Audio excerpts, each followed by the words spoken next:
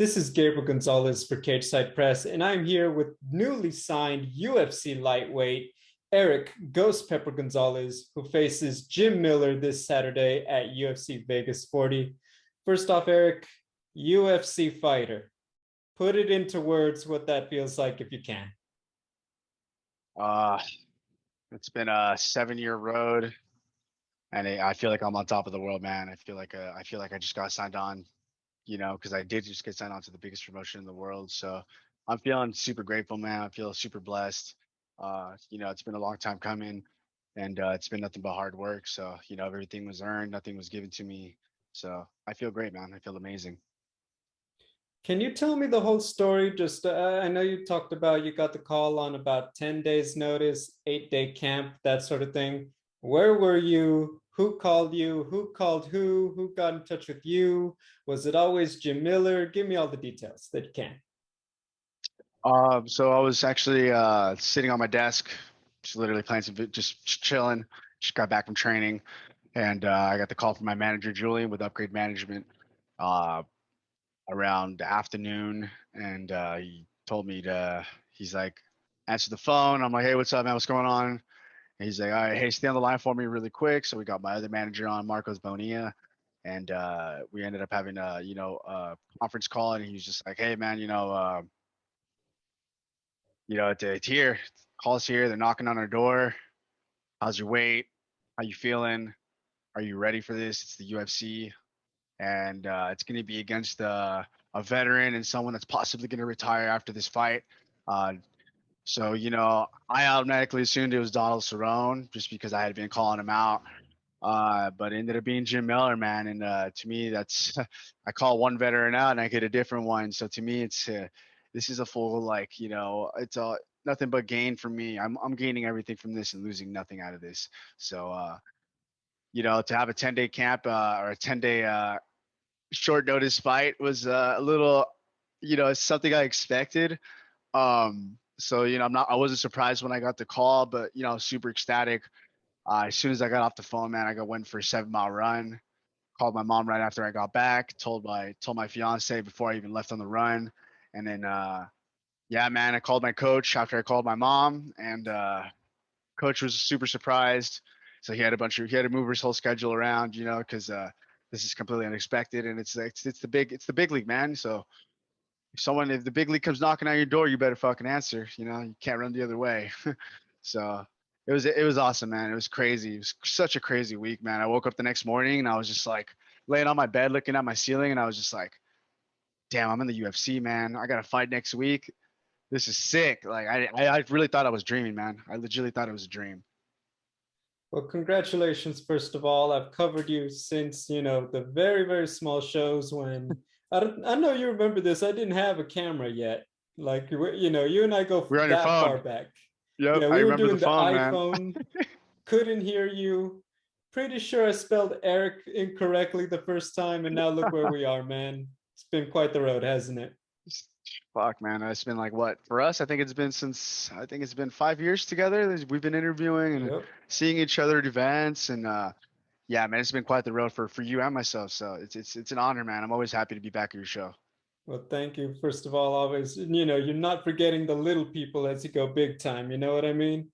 Never, To man. talk about a couple of those little things, though, I mean, did they say explicitly, like, don't get me wrong, I want you to win, but I'm going to shed the one man tier for Jim Miller if this is it? Have they told you that's the last one for him? No, they actually, my manager was the one I said it's possibly his last fight, man. He's 38 years old. I know he's on a 2-loss streak. I don't know what his contract looks like. It could be his last fight. That's probably maybe why you said that, but who knows, man? I'm not entirely sure. I'm just going off of ear from what my manager said, this is a veteran. This is possibly his last fight. So I'm just taking that as another fight. I'm assuming he's going to keep fighting afterwards, especially if he comes off a loss. And if I win this weekend and, whatever manner I win in, I think that he probably will take another fight. Nobody likes to go off on a loss, especially when you're retiring. But, if he does retire after that, I'll be fucking honored, man, just to step in the ring with someone like him. And, he brings a lot to the table. And like I said, man, I have everything to gain from this. To talk about him stylistically, first off, there's no shortage of tape, obviously, on Jim Miller. He's been in the UFC for so long. Where do you begin in terms of the preparation and then the fight itself? How do you see this one playing out? Well, I know Jim Miller likes his low kick, his low calf kick with to the lead leg, especially for orthodox fighters. So we're expecting that lead kick to come in. He if I know that if I throw a body kick, he will come and engage for that takedown. He has a nice left hand. So, I'm expecting him to, want to get really close and personal with me, considering that I have a height and a reach advantage on him. So I'm not really expecting anything different. I saw his last fight. I saw actually few of his fights. Me and my coach, Ian Harris, went through everything, and he was looking at everything. And stylistically he has not changed, but he's a fucking amazing grappler. He's once it hits the ground, he's going to be hunting for leg locks, guillotines, arm bars, rear naked chokes. That's what he loves, man. Those four things are his go-to. So, when it came to this camp on an 8-day notice, the only thing I could work on is defense on getting out of those type of situations where I'm in the deep waters of getting caught in an armbar, getting caught in a rear naked or a guillotine or a leg lock. So, all we did was drill, drill, drill, drill.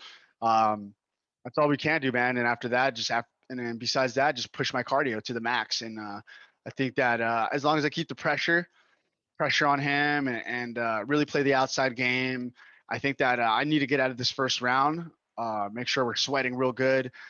So when we go into the second round, I can start putting more of my style, how I like to fight in front of him. So it throws him off. I'm a big, you've seen me many fights, many times, man. And I'm a big on switching stances and moving around and keeping really active from everywhere. I don't like to be predictable. And I think that that'll really confuse him.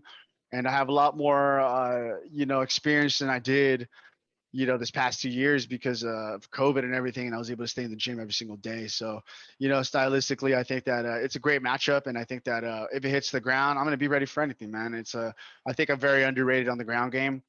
And people will see that on Saturday without a doubt. I'm sure you've seen this, but the fight has kind of gotten a bit of it's got a good spot on the card. And I'm sure you saw that they were promoting it on TV. And look, there was a lot of stuff that's happened, in the main event from Misha, Ketlin, Holly, and now we have Aspen and Norma. But for yourself, Yeah. I mean, do you feel like, I mean, obviously, look, we don't wish, anything happen. We wish those fights stay intact, but is it kind of a benefit to you because now you're kind of in a featured spot that maybe you weren't going to be in 3 weeks ago? Oh, absolutely, man. I was actually on the prelims before this, then the Holly Holm thing happened, and I think that's when I got bumped up. Um, so as a debuter, not many people get to see the main card right away. Very few guys do. And dude, it's a big opportunity for me, man. Being on the main card of, what I think is an awesome card, and to be able to show out and really show people what I'm about is that's going to be my time, man. This Saturday is going to be my time to show everything that I got, and I think it's freaking amazing, man. It's such a blessing. Everything happens for a reason. The journey for a fighter isn't easy, but if you work hard, it'll definitely reward you in ways that you don't think. To ask you about some of the other stuff being in the UFC, I don't have to tell you, but there are a lot of perks that come along with it as you grow. But for you, I mean, you're obviously set up. I noticed your t-shirt. You are with a gaming team, the Las Vegas Inferno. UFC Yeah. has a Twitch channel. I mean, how quickly are you looking to start bugging the powers that be like, hey, I know Jens Pulver's promoted every week, but I'm pretty good on Twitch too. How about the watch party with the ghost pepper? How soon have you started bugging them about that?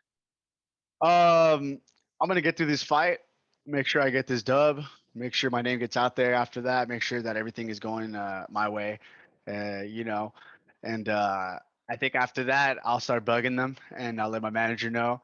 I don't think it'll be that hard to do it. There's not that many. I mean, there is a lot of decent amount of fighters that actually stream. You got Chris Weidman, Stipe, a couple few other guys that I've seen. Demetrius, who was a UFC fighter. He's always streaming as well, but definitely I'll bug them, man. I want to be, I want to be the most popular fighter, man. I want to be the next face, and I got to do what I got to do, man. And I definitely will bug him for sure after this fight. I'll be like, "What's up with the Twitch thing?" I know that Las Vegas Inferno is raising money for an organization to help. I believe it was to help kids. And if I can get publicity from UFC to help me, publicize my stream, it's only going to create more revenue and for me to be able to help a charity, man. That's what life's about, just giving back. Is Patty the Batty still on the hit list? Um, honestly, I- I'm not gonna say no. I would love to fight a man. I see holes in his game, but I really want to get a rematch against someone in particular, which I won't say a name because he has a fight coming up in November. And if he wins that fight, then I'll start making some noise towards that. Because I did have a loss against him in a decision. I'm sure you know who could probably assume who. But like I said, I won't say a name. But that's someone I'm actually keeping in mind because I'm trying to get that win back. And I'm sure it'll happen. So I'm gonna no names yet, but I'm definitely looking in the ways of getting more fights, as many fights as I can in the UFC, because that's only going to create more money for myself and my end. The more fights I have, the more money I make. Yeah, I'm pretty sure you're talking about a particularly gifted opponent there, but I'll let you figure that out. I'll let you guys promote that one yourself on your own time. Yeah. Finally, Erick, the big one for a lot of people, this is their first time that they're going to see the Ghost Pepper in action. What do you want fans to know about you before you're on their TVs for the first time? I when I come in, I'm a very active fighter. I love going out there and putting myself out there no matter what. I love my elbows. Everybody that follows me, they call them hellbows. I'm good everywhere. I'm very exciting, and I'm always there to put on a show for the fans, man. I like to put everything out there. I like to test myself and put myself in deep waters if needed. And I'm always excited, man. I've always been a main event for majority of my fights, and I think that now I'm on a main card. It's just going to show even more that I deserve to be on main events, and this is the way I have to prove it. Well, Erick, once again, congratulations. I know how long of a journey it's been for you to get to the UFC. I know that it was a lot of ups and downs, and you've stayed positive and you've kept growing in your career. So it's just fantastic to see you get the opportunity. And I wish you the best, and you, your family, and your loved ones who I've gotten to know over the years. Once again, guys, you could catch Erick Ghost Pepper Gonzalez, the newest UFC lightweight, taking on the veteran Jim Miller at UFC Vegas 41. Sorry, UFC Vegas 40. You are not going to want to miss it.